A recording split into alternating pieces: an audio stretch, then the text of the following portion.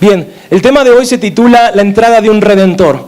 La entrada de un Redentor que hace más de 2000 años entró por Jerusalén como rey. Y en Marcos capítulo 11 lo leímos un poquito, me parece que leyó la pastora en Mateo. En Marcos capítulo 11 también van a encontrar este hecho en el que Jesús está cerca de Jerusalén y manda a 2 de sus discípulos para que pidan prestado un pollino de asna. Generalmente relacionamos a un burro o un burrito con pobreza y con humildad. La realidad es que los reyes, cuando entraban a la ciudad en son de paz, utilizaban pollino de asna y no caballos. No quiere decir que porque Jesús entró en un pollino de asna, en un burro, quiere decir que era pobre o quería asemejar un reino pobre, un reino débil. Lo hizo para mostrar que él venía en son de paz, porque el contexto es el siguiente. La gente estaba esperando a un soldado que viniera y los libertara de la esclavitud romana que estaban teniendo en ese momento. La gente estaba esperando que un soldado se levantara en armas, convocara un ejército judío y pelearan a favor de su libertad. Las profecías ya habían sido declaradas desde hace mucho tiempo, se había profetizado la venida del Mesías, pero jamás entendieron que el Mesías venía para redimirnos, para librarnos de nuestro pecado, para darnos sanidad, porque Jesús cuando vino a la tierra también sanó, hizo milagros. Entonces el contexto de la época era así. La gente no quería hasta cierto punto un líder espiritual. Ya tenían muchos líderes espirituales con los fariseos. Querían a un soldado que viniera a librarlos de la esclavitud romana. Pero Jesús vino de forma diferente. Vino para darnos a nosotros libertad espiritual. Pero quiero enfatizar en esto, Él vino para redimirnos. La realidad es que con todo y esto, Jesús entró por la ciudad de Jerusalén hace más de 2000 años como rey. Entró a esa ciudad y cuenta Marcos capítulo 11 que la gente comenzó a gritar, Hosana, Hosana al Hijo de David. La gente gritaba Hosana. Esta palabra Hosana traducida a nuestro lenguaje es sálvanos, te ruego. La gente buscaba que se les librara del yugo que estaban teniendo a través del Imperio Romano.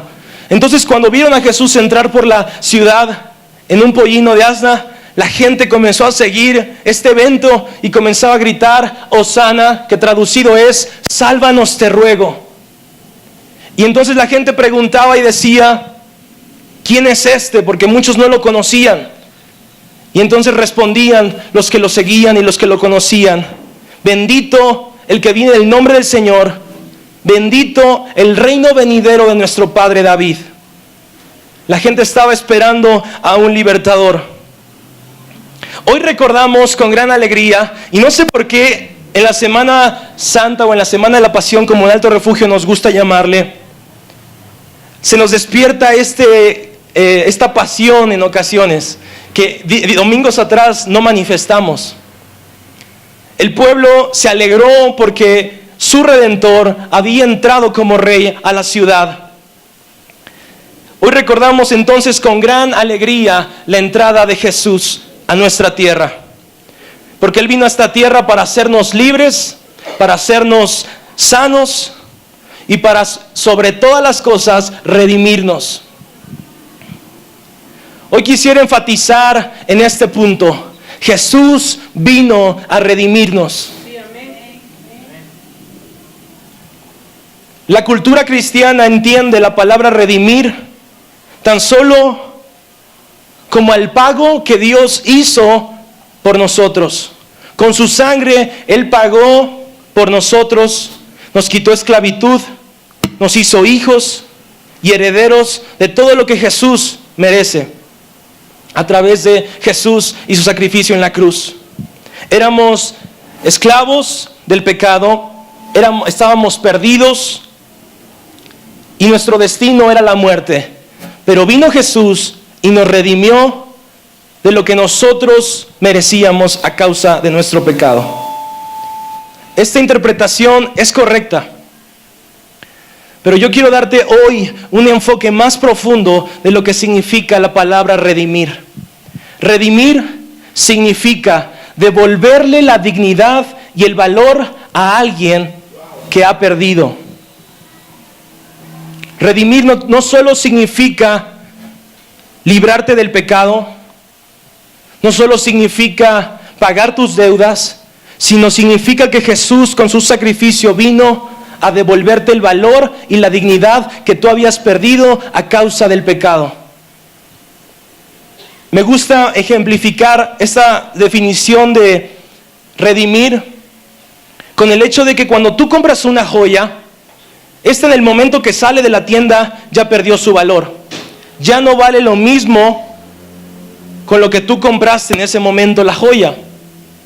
Pero en ocasiones la gente tiene problemas económicos y va a una casa de empeño, entrega esta joya y la casa de empeño te va a pagar por la joya 50%, el promedio es el 50% menor de la factura original. En ocasiones nosotros somos esa joya que el pecado nos hizo entrar en una casa de empeño, donde perdimos el valor original que teníamos con Dios. Entonces a través de Jesús, Él fue a nuestra casa de empeño y nos redimió, nos sacó de esa casa de empeño y nos regresó el valor y la dignidad que nosotros tenemos a través de la sangre de Jesús. Esto significa redimir. Jesús entró a la ciudad hace más de 2000 años para redimirte a ti y a tu familia. Y no se me ocurre un ejemplo más impactante acerca de la redención. Y ese ejemplo fue el primer hombre que gozó de la redención de Jesús por nosotros. No hay otro antes que Él. Y a veces suena contradictorio porque su nombre aparece solamente en 5 o 10 versículos, no más. No se vuelve a hablar de Él en toda la historia. No sabemos qué pasó con Él. Pero lo que sí sabemos es que Jesús vino a redimirlo y con Él a toda la humanidad. Quiero, por favor, que presenciemos este momento en el que Jesús está ante Pilato. Jesús se encuentra ya en el día viernes siendo enjuiciado por sus actos. Jesús está delante de Pilato, que era el administrador del pueblo de Palestina, el administrador del reino de Roma. Pilato gobernaba en esa sección, controlaba todos los asuntos políticos, económicos, culturales, sociales de la región de Palestina. Por lo tanto, a Jesús le tocó ser enjuiciado a través de Pilato, de este administrador del Imperio Romano. Quiero que me acompañes en tu Biblia, Mateo 27, versículo 11. Si me lo pueden poner en la versión NBI. Mateo 27, versículo 11. Si no tienes la versión NBI, puedes mirar las pantallas. Dice el versículo 11. Mientras tanto, Jesús compareció ante el gobernador y éste le preguntó: ¿eres tú el rey de los judíos? Jesús dijo: tú lo dices. Siguiente versículo. Al ser acusado por los jefes de los sacerdotes y por los ancianos, Jesús no contestó nada. Versículo 13. ¿No oyes lo que declaran contra ti?, le dijo Pilato. Versículo 14. Pero Jesús no respondió a ni una sola acusación, por lo que el gobernador se llenó de asombro. Siguiente. Ahora bien, durante la fiesta, el gobernador acostumbraba a soltar a un preso que la gente escogiera. Tenían un preso famoso llamado Barrabás. Así que cuando se reunió la multitud, Pilato, que sabía que le habían entregado a Jesús por envidia, les preguntó: ¿a quién quieren que les suelte? ¿A Barrabás o a Jesús, el que llaman Cristo? Hasta ahí. Antes de continuar con este versículo o con esta historia, me gustaría recordarte el hashtag que vamos a utilizar para esta predicación. El hashtag es Yo Soy Barrabás. Este es el hashtag que vamos a estar utilizando a lo largo de la semana en las redes sociales, en Facebook, en Twitter. Yo soy Barrabás. Dígale al que está a su lado: tú eres Barrabás. Yo sé que nadie quiere decirle al que está a su lado, tú eres Barrabás. Pero dígale al que está atrás, tú también eres Barrabás. Y si se hizo el que no oía, no, porque a veces nos dicen, no se preocupe, al final todos van a querer ser Barrabás. Ok. Estamos entonces leyendo este acto en el que Jesús está delante de Poncio Pilato en un juicio. Jesús no respondió a ninguna acusación. Y estos versículos nos cuentan que la tradición de las fiestas, o se acostumbraba por tradición soltar cada año a uno de los presos que la gente quisiera. La gente se reunía y le pedía a Poncio Pilato que liberaran a un preso. Esto era parte de la tradición. Y por ahí tenían un famoso preso llamado Barrabás. ¿Cuántos de ustedes eran pecadores famosos?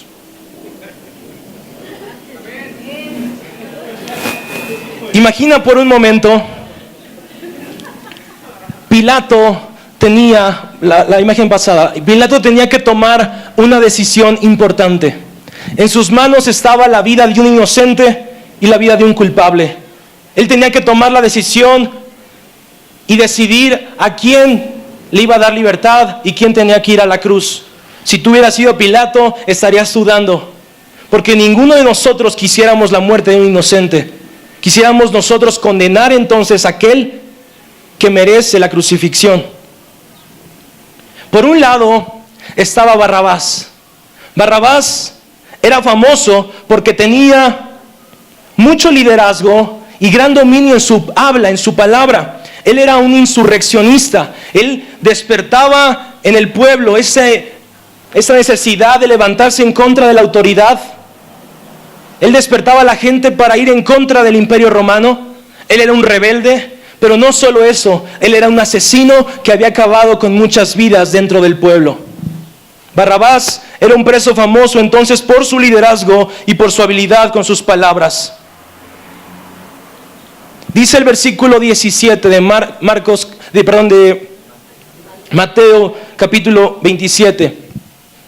Dice el versículo 17, así que cuando se reunió la multitud, Pilato, que sabía que le habían entregado a Jesús por envidia, les preguntó, ¿a quién quieren que les suelte? ¿A Barrabás o a Jesús al que llaman Cristo? Siguiente versículo. Mientras Pilato estaba sentado en el tribunal, su esposa le envió un WhatsApp. No. Le envió un recado. Le envió un recado a su esposa y le dijo, no te metas con ese justo, pues por causa de él he sufrido mucho en un sueño. En medio de este juicio, en medio de lo que estaba sucediendo, la esposa de Barrabás tiene una revelación de parte de Dios y Dios le muestra que Jesús es el Hijo de Dios, que no tiene que matar a un inocente. Esta mujer de Poncio Pilato había sufrido en este momento. Dice el versículo 20, pero los jefes de los sacerdotes y los ancianos persuadieron a la multitud a que le pidiera a Pilato soltar a Barrabás y ejecutar a Jesús. Los mismos líderes religiosos aventaron por ahí un Sor Juana, aventaron por ahí un Dolores, para que entonces todo el pueblo a una sola voz pidiera el nombre de Jesús y no el de Barrabás. Este acto se pone cada vez más interesante. Dice el versículo 21.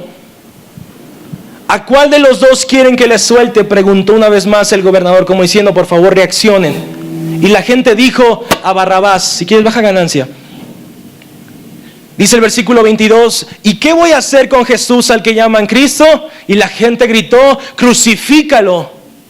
Todos respondieron esto. Versículo 23. ¿Por qué?, dijo Pilato, ¿qué crimen ha cometido? Pero ellos gritaban aún más fuerte, crucifícalo. Entonces, cuando Pilato vio que no conseguía nada, sino que más bien se estaba formando un tumulto, pidió agua y se lavó las manos delante de la gente. Aquí es donde entendemos el dicho de lavarse las manos. Pilato se lavó las manos y dijo, la vida de este hombre no cae sobre mí. Y se lavó las manos delante de la gente, soy inocente de la sangre de este hombre, dijo. Poncio Pilato, allá ustedes. Y el último versículo, escuchen esto. ¿Qué dijo la gente? Que su sangre caiga por nosotros, sobre nosotros y sobre nuestros hijos, contestó todo el pueblo. Entonces la gente pidió a Barrabás que lo soltaran y a Jesús que lo crucificaran. Quiero que me acompañes por un momento y con tu imaginación, esa imaginación de niño que logras ver todo. Hoy vamos a entender parte de la redención que Jesús hizo a la humanidad a través del primer ejemplo de redención, que es Barrabás. Y quiero entonces que me acompañes a este hecho donde Barrabás está en un calabozo. No sé si se pueda distinguir. Este calabozo estaba oscuro, estaba frío, era para los que merecían una futura sentencia, muerte. En este momento está Barrabás esperando su crucifixión. En ese lugar no solamente era frío, no entraba la luz del sol, no solamente era oscuro, sino también había toda clase de pestes. Había ratas, había cucarachas, incluso lo que ellos comían, ahí mismo lo defecaban. Ese hombre merecía estar en ese calabozo por la serie de asesinatos que cometió y también por levantarse en contra del Imperio Romano. Barrabás estaba entonces esperando su crucifixión.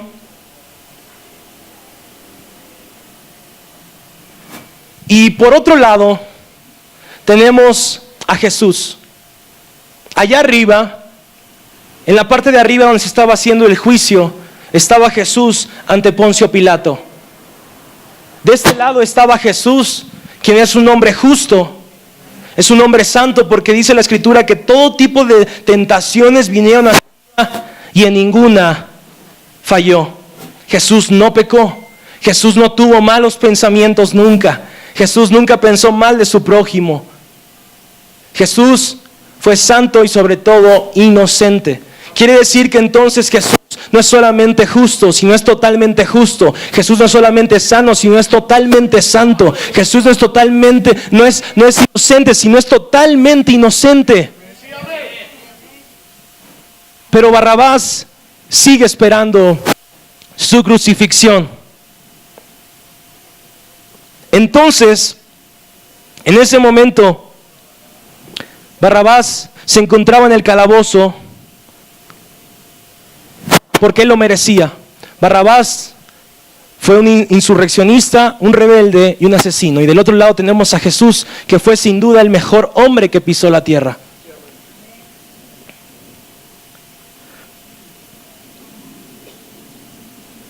Entonces ya habían clavos destinados para crucificar a Barrabás. Ya había una cruz tallada con el nombre de Barrabás. Ya estaban listos los guardias para azotar a Barrabás. Pero ojo, en ese momento la gente gritó: suéltanos a Barrabás, libera a Barrabás. Yo me imagino que Barrabás en ese momento se encuentra en el calabozo diciendo: este es el fin, ya no va a haber otro día, mis sueños se han acabado. Posiblemente dijo: nunca pude llevar a mis hijos a Disneylandia,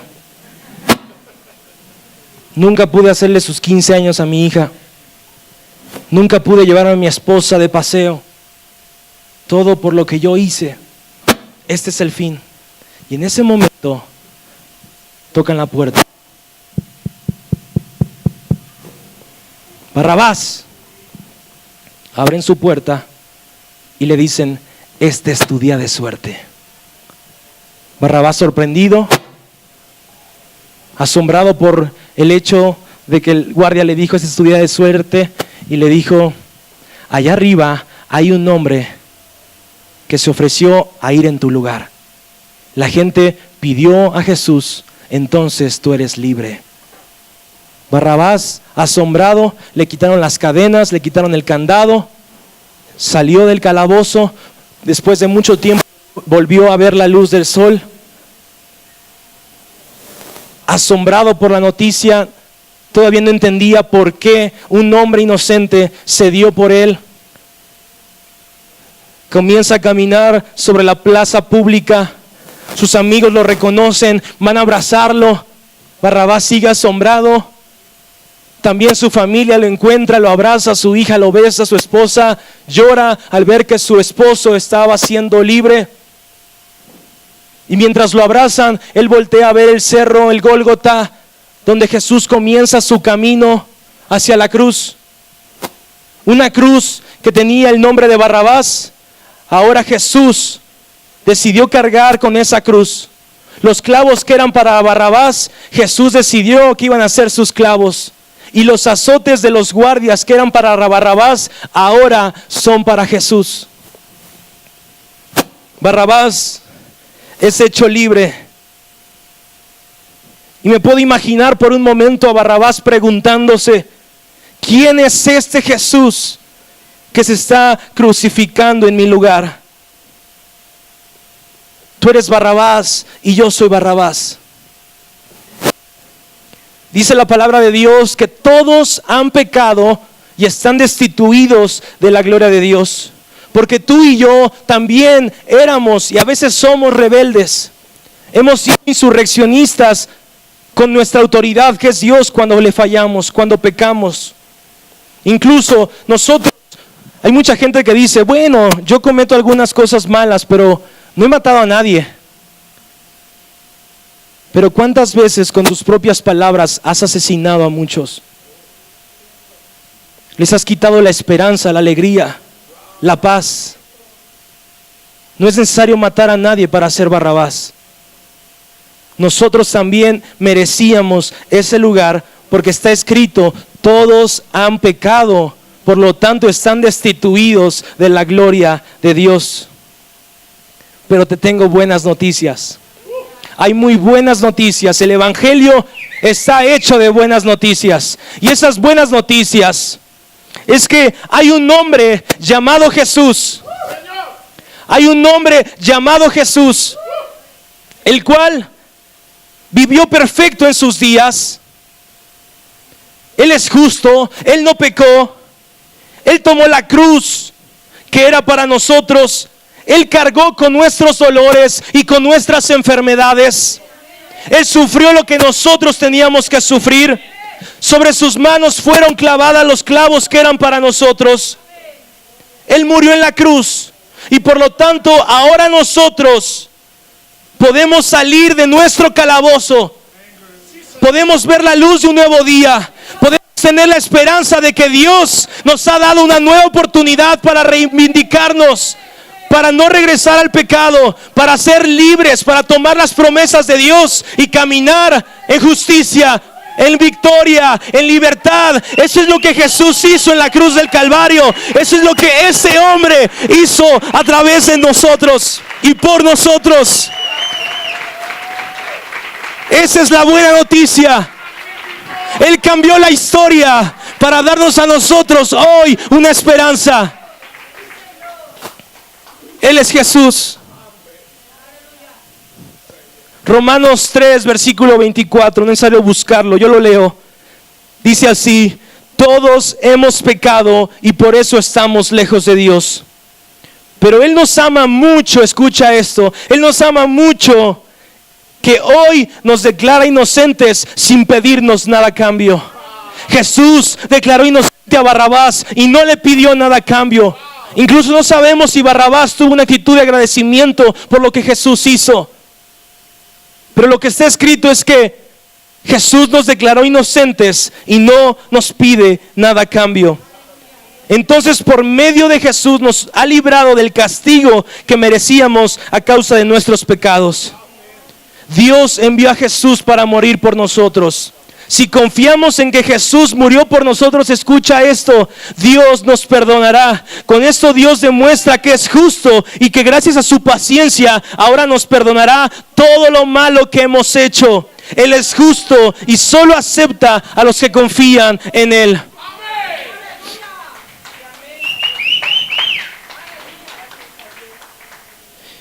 Quiere decir que cuando ponemos nuestra fe en este hombre, en Jesús, siendo Él inocente, su sangre cae sobre nosotros. Su sangre cae sobre nosotros y nos limpia, nos purifica, nos santifica, tan solo por creer en su crucifixión. Tan solo por creer en su vida, nosotros somos limpios, santos, justificados a través de su sangre, sangre inocente. Por lo que, escucha esto, por lo que cuando el Padre te ve, ya no ve a Barrabás, sino ahora ve a Jesús.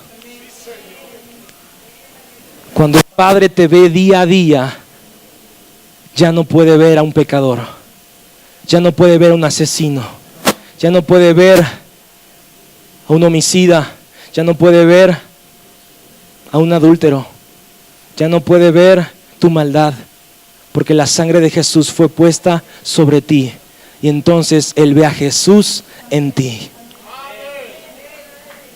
Esa es una verdad tan impactante que Él merece un aplauso muy fuerte.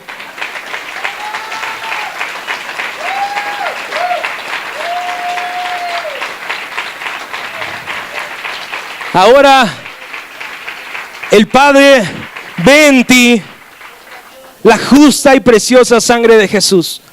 Por eso es que te puedes acercar con confianza todos los días.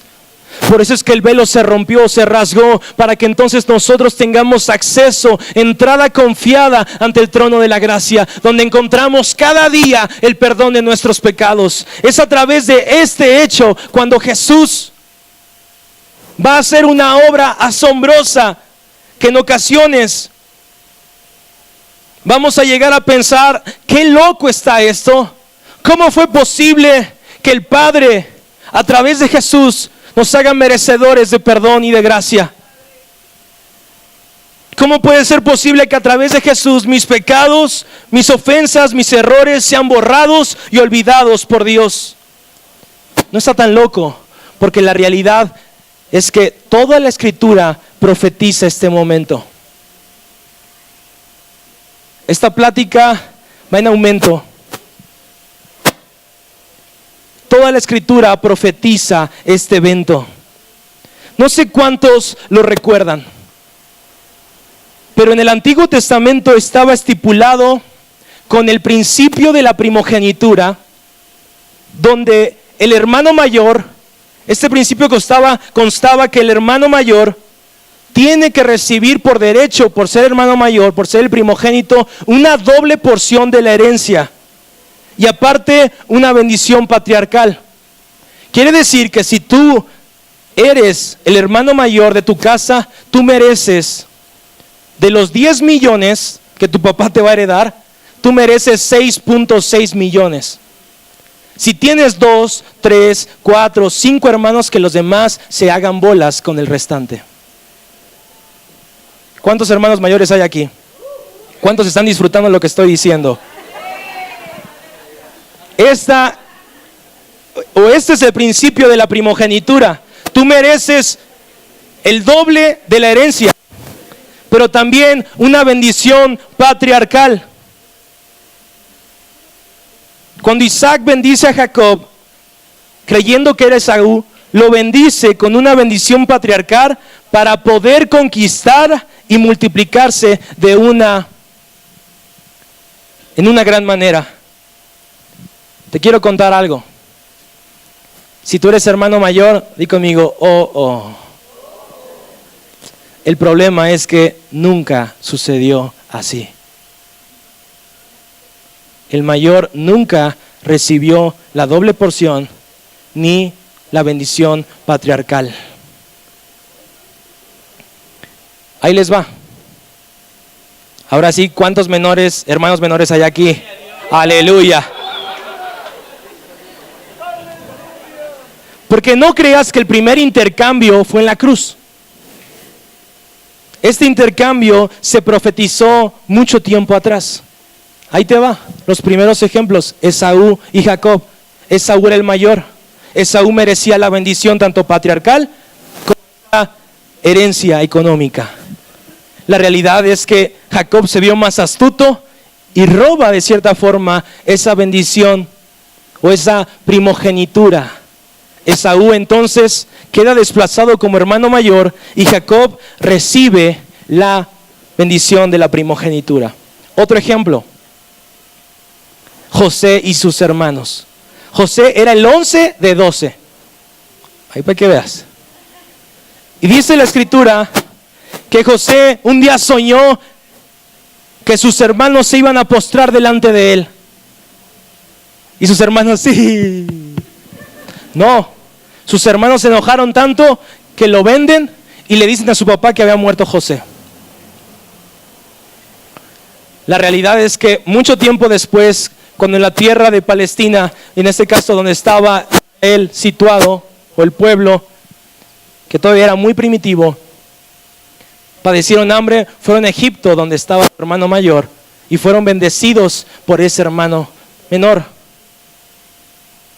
Por lo tanto, el sueño se cumple y la bendición alcanzó a José y no a sus hermanos. Por ejemplo, Moisés y Aarón. ¿Quién era el mayor? Lo sé. Pero en la historia de Leandro y Raquel yo soy el menor. Aarón y Moisés. ¿Quién fue el que abrió el mar en dos? ¿Quién fue el que recibió de Dios la tabla y con el mismo dedo de Dios escribió los mandamientos? ¿Quién recibió eso? ¿Quién hizo milagros en Egipto? Y lo más fuerte de todo, ¿quién vio a Dios cara a cara? Y Aarón. Aarón era sacerdote. ¿Y sabes qué hacen los sacerdotes? Mataban y sacrificaban a las vacas. Mataban y sacrificaban a los becerros. Quiere decir que mientras Moisés está en la gloria Shekinah y todo eso, aleluya, aleluya, recibiendo poder y unción, Aarón está. Mientras Moisés está haciendo milagros, recibiendo palabras de Dios, siendo bendecido, Aarón está.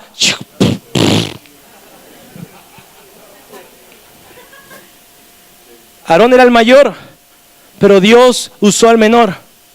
Utilizó a Moisés para librar de la esclavitud que estaba padeciendo el pueblo en Egipto. Aarón era la chichincle.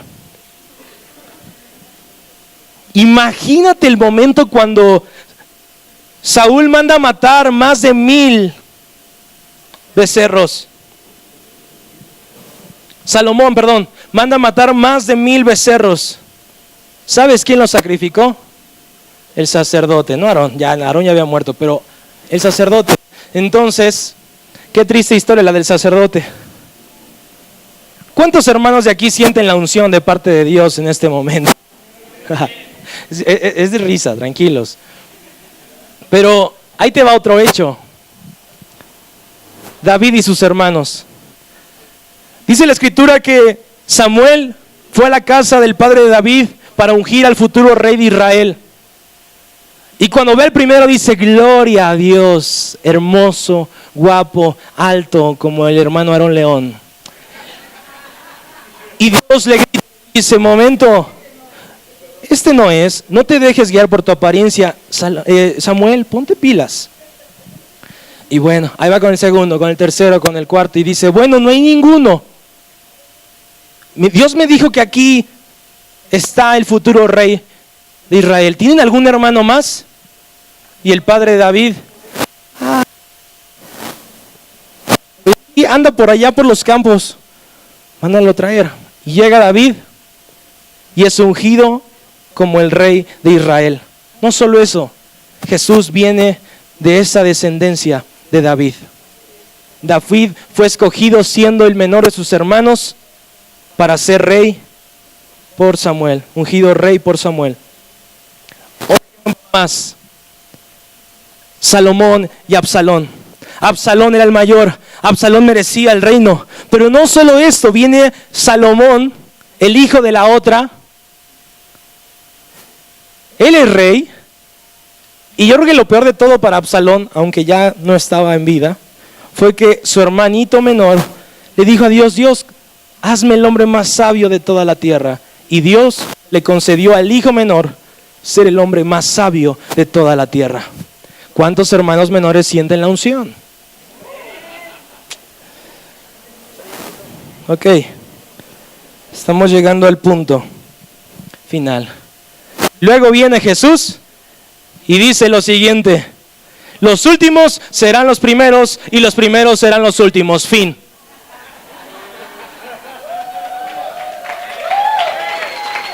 Lo siento.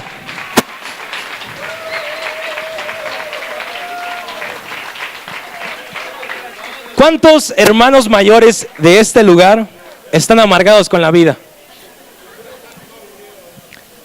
Vamos a ver. No, regresa. ¿Cuántos hermanos mayores están amargados con la vida? ¿Por qué lo digo? Regresa, por favor. Porque a ellos siempre les tocó la etapa difícil de sus papás.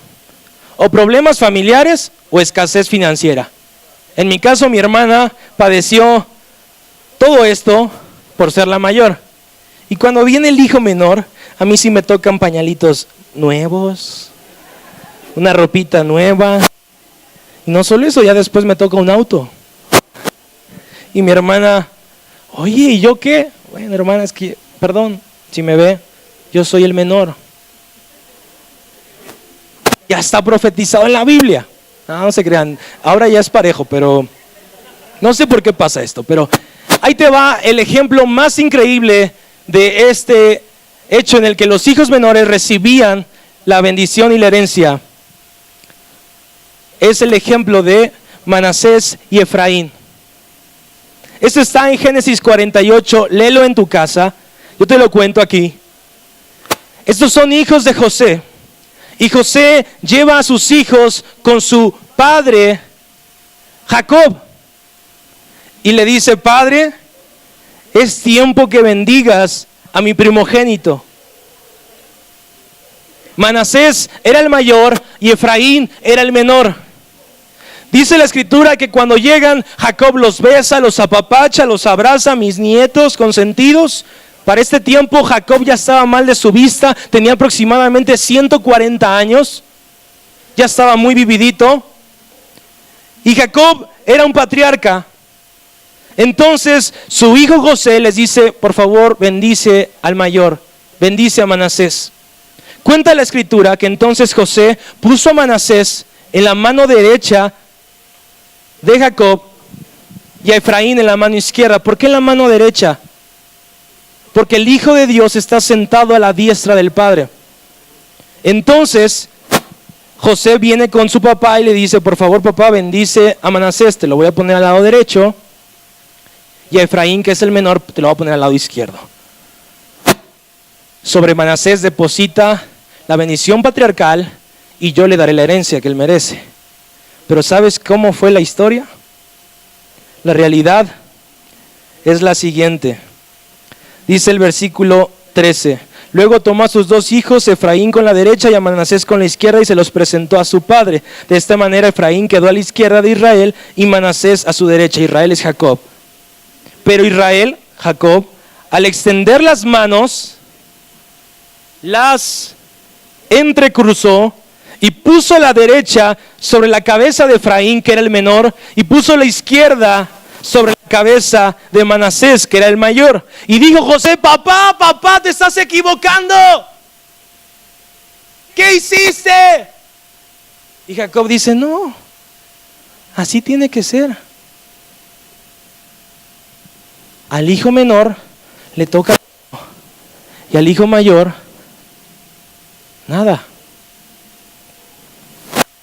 Manasés merecía la bendición de la primogenitura, pero Jacob, aparentemente por accidente, entrecruzó sus manos y comenzó a bendecir al menor en todo esto. Ya estaba profetizado desde el Antiguo Testamento este intercambio. Quiere decir que un día el primogénito de la creación, que es Jesús, un día el Padre decidió poner su mano derecha sobre los pecadores y su mano izquierda sobre Jesús, siendo inocente. Este intercambio se hizo en el momento en el que Barrabás es hecho inocente y Jesús es hecho culpable. Todo estaba profetizado desde el Antiguo Testamento. Quiere decir que todo lo que merecía Jesús, con la bendición, la pondría Dios sobre Barrabás. Y todo lo que merecía Barrabás, muerte, crucifixión, iba a ser depositada sobre Jesús. Quiero llegar al punto final de esta plática. Dice la Escritura que Jesús vino a redimir hace más de 2000 años. ¿Alguien toca el piano? Hace más de 2000 años Jesús vino a redimirnos de nuestros pecados. Y mientras pongo esas escenas en las pantallas, quiero decirte que todo lo que tú merecías, el Padre lo puso sobre Jesús. Todo lo que tus hijos van a merecer si aún no tienes hijos, los puso sobre la vida de Jesús. Todos los pecados, las enfermedades, las afrentas van a ser puestas sobre Jesús. Toda la bendición y gracia y la sabiduría y todo lo que está sobre Jesús, Dios lo debió poner en los pecadores, nosotros. Tú eres Barrabás, yo soy Barrabás. Porque no solamente celebramos el hecho de que Jesús entró a la tierra, hoy celebramos que Él hizo este intercambio donde todo lo que merecía Jesús ahora ha sido depositado en tu vida.